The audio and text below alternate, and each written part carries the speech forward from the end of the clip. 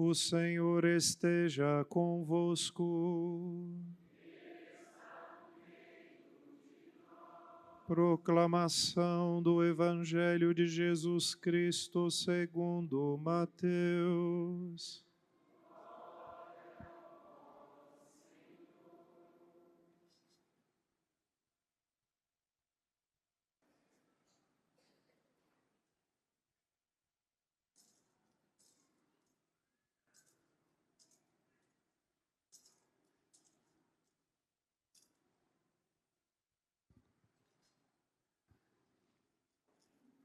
Naquele tempo, os fariseus fizeram um plano para apanhar Jesus em alguma palavra.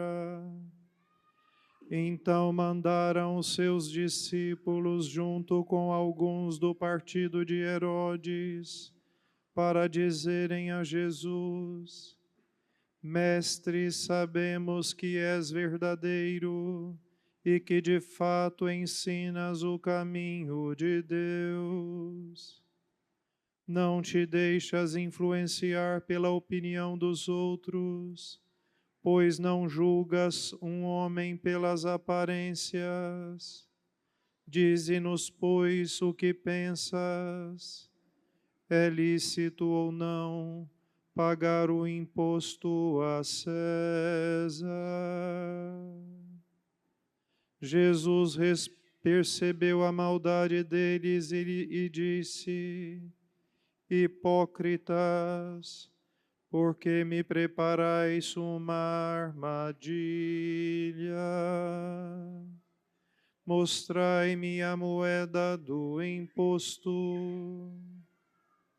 Trouxeram então a moeda e Jesus disse: De quem é a figura e a inscrição desta moeda? Eles responderam: De César.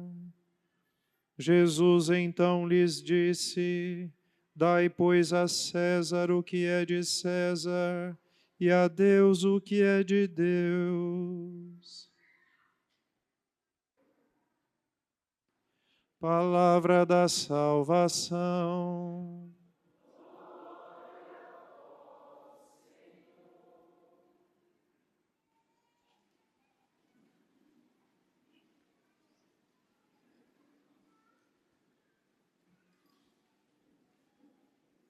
Pessoal que está de pé, nós ainda temos alguns lugares vazios aqui à minha direita. Se quiserem vir sentar, também tem nos bancos alguns lugares para que vocês não fiquem de pé. Vou só pedir que não tirem as cadeiras para pôr no corredor, porque senão dificulta depois de colocar da distribuição da Sagrada Comunhão, tá bom? Mas tem muitos lugares aqui ainda na frente. Meus caros irmãos, essas últimas semanas eu já tinha explicado a vocês que Jesus, nós lemos, na verdade, em 3 domingos, 3 parábolas que Jesus conta aos sacerdotes e aos anciãos do povo por causa de uma disputa ou discussão que nasce porque Jesus faz a purificação do templo, né?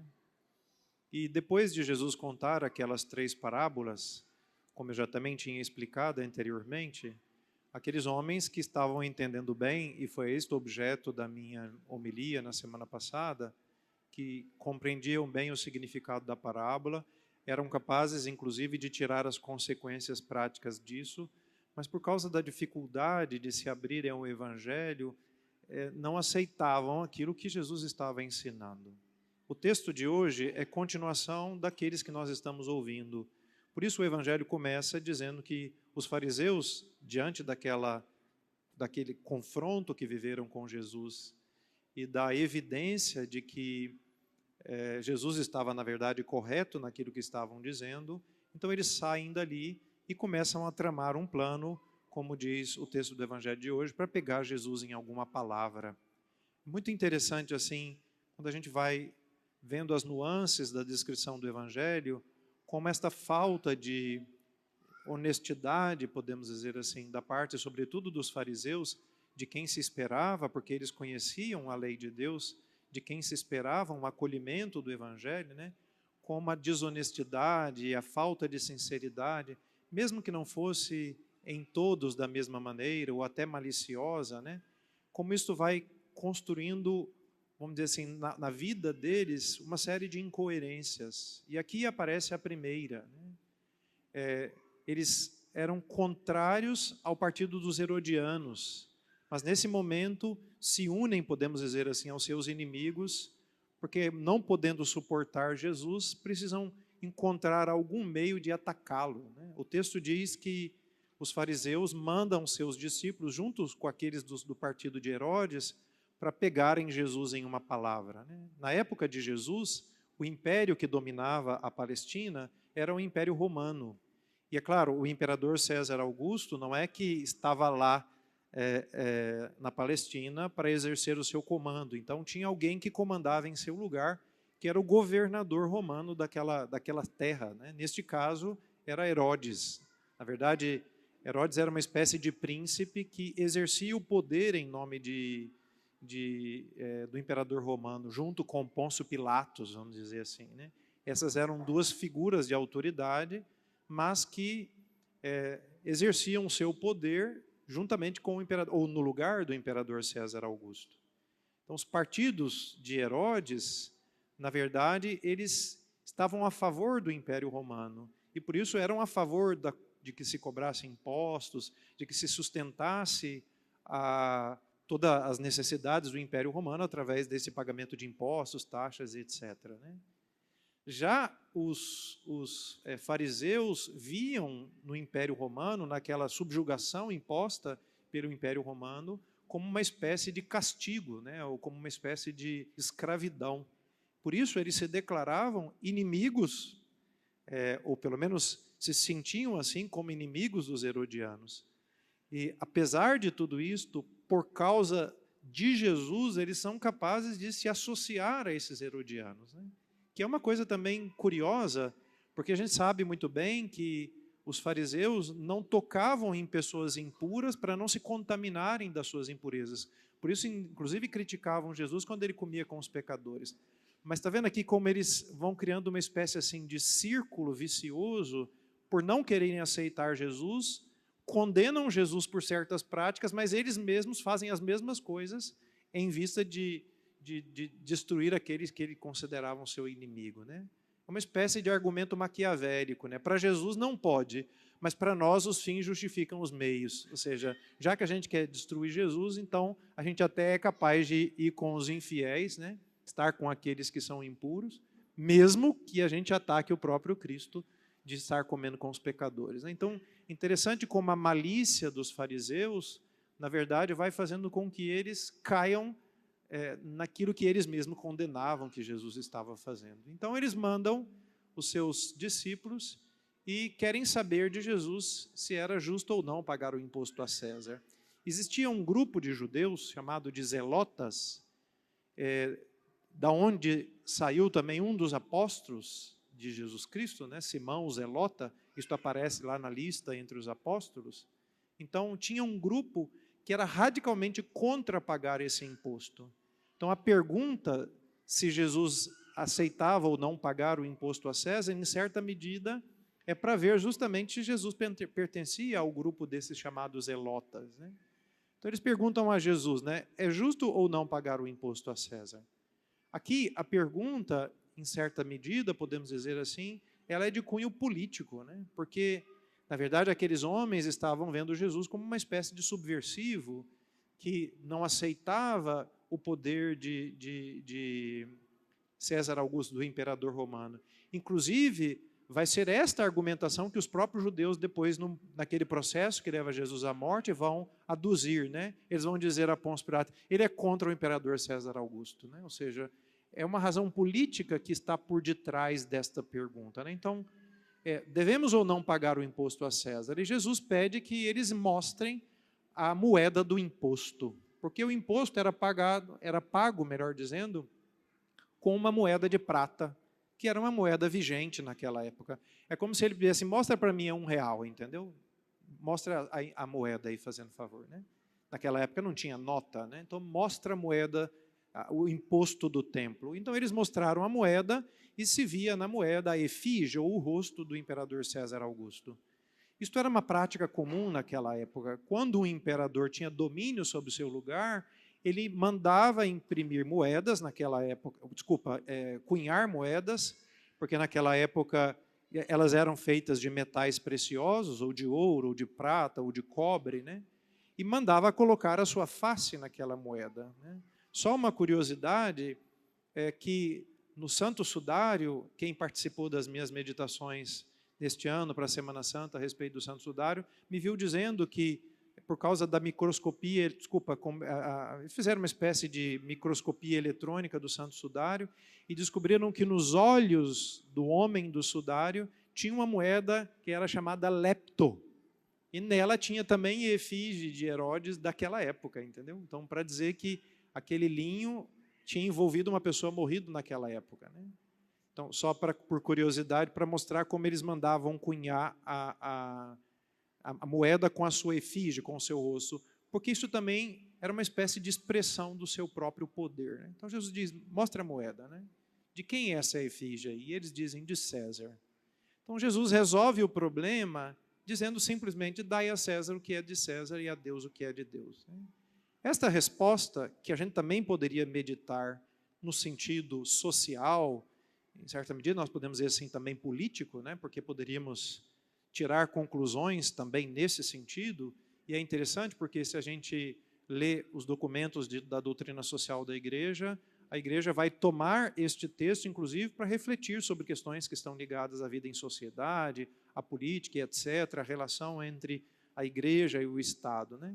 Porém, esta afirmação de Jesus, na verdade, ela tem um significado, podemos dizer assim, antropológico e soteriológico, ou seja, de salvação, né?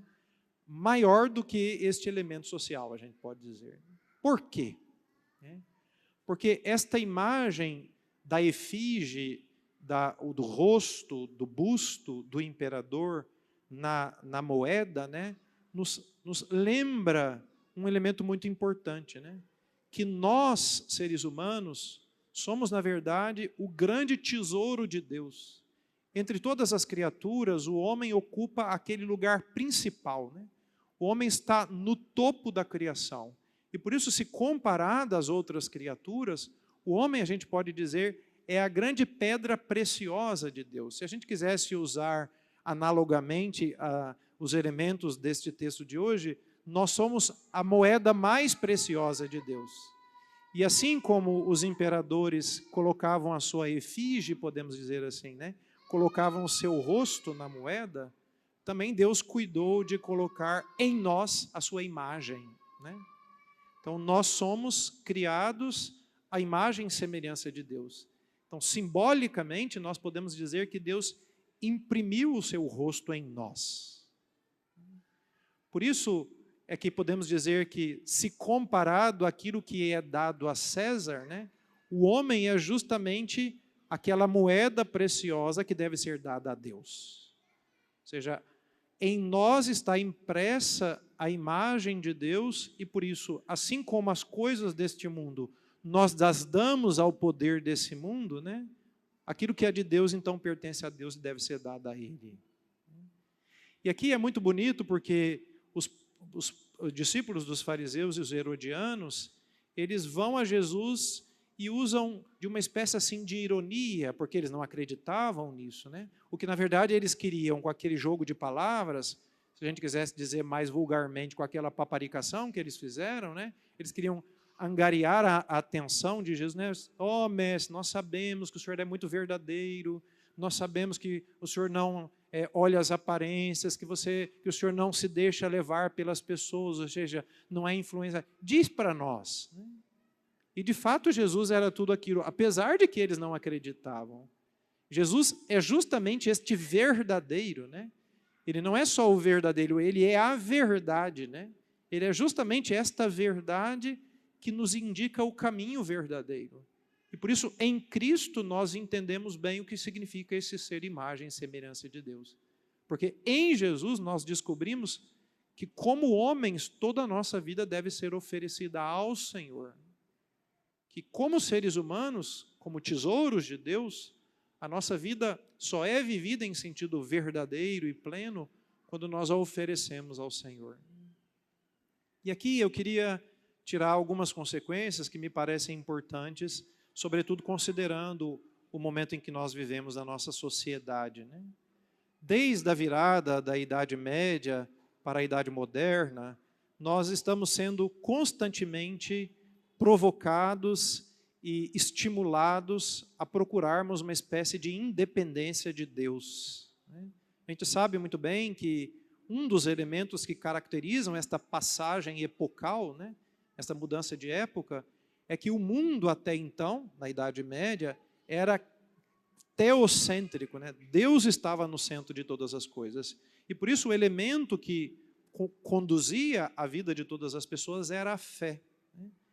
Na mudança da Idade Média para a Idade Moderna, Deus foi tirado do centro e o homem teve essa pretensão de se colocar no centro.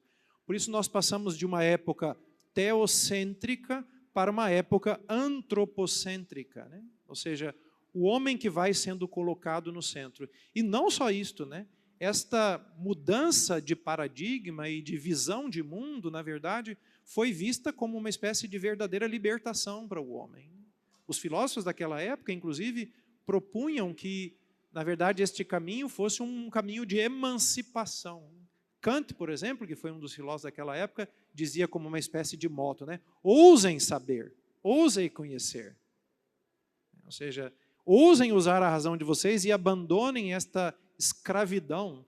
Por isso que todo professor de história diz que a Idade Média é a Idade das Trevas, né? Porque eles entendem aquela época como se fosse uma época em que nós estávamos subjugados pela lei de Deus. E a passagem para esta nova época da modernidade deveria ser da libertação do homem. Mas é muito curioso, né? Nós quisemos nos emancipar de Deus, negar que em nós está impressa essa imagem de Deus, e na verdade caímos numa escravidão muito pior daquilo que nós achávamos estar, né? E por que ela é muito pior? Porque essa escravidão, ela foi revestida ou maquiada, né, de uma experiência de prazer. E a gente sabe muito bem que, ao longo desses últimos séculos, sempre mais se acentua na vida da humanidade a busca de prazer, de satisfação.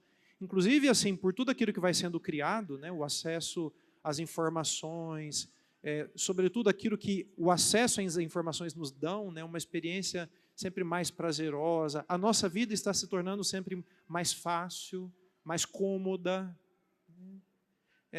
Eu, às vezes, fico dando exemplo, parece que eu estou limitando, né? Mas a gente poderia analisar isso de diversas formas, mas basta a gente imaginar, né?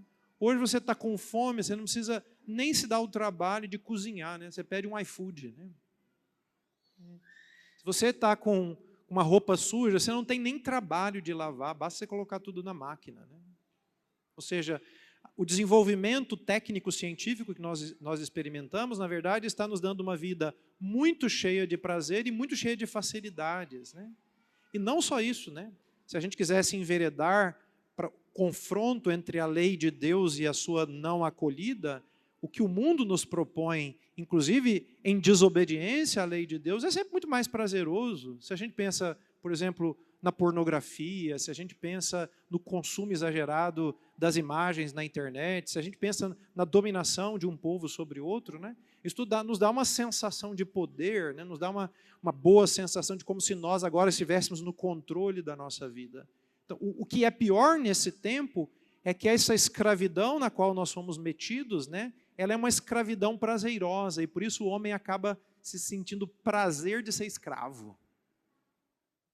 E por isso é tão difícil que nós hoje pensemos em abandonar esta vida que nós temos.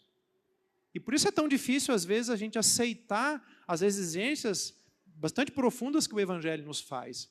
Porque para eu aceitar aquilo que Jesus me pede, necessariamente, não todos, é claro, mas necessariamente, alguns prazeres dessa vida eu vou ter que abrir mão dele. E para nós é muito difícil uma vida que não tem prazer. E talvez outrora, em que os nossos pais tinham uma vida mais difícil, era uma vida que exigia mais labuta, uma vida mais laboriosa, com menos comodismo, para eles era mais fácil acolher o Evangelho, porque, bom, na verdade, eles estavam habituados a uma vida dura, né? Então, aceitar as exigências, às vezes, duras do Evangelho não lhes custava muito, mas para nós é demais.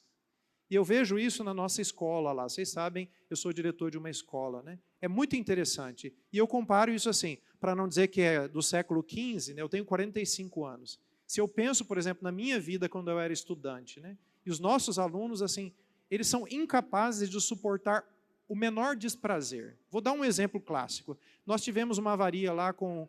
Ou clássico, não, um exemplo mais recente. Tivemos uma avaria lá e um problema elétrico no colégio. E aí não podia ser utilizado ar-condicionado. Gente, aquilo era morte para os meninos.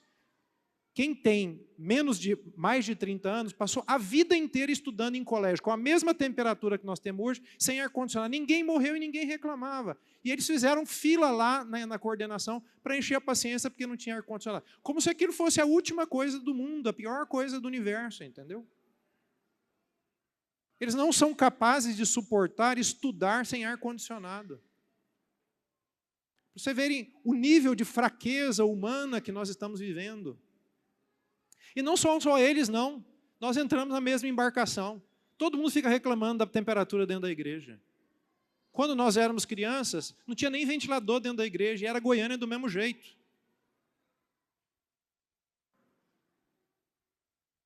Nós estamos nos transformando sempre mais escravos dessa sensação de prazer, com uma ideia muito assim, falsa de que está tudo bem, e não está. E não está.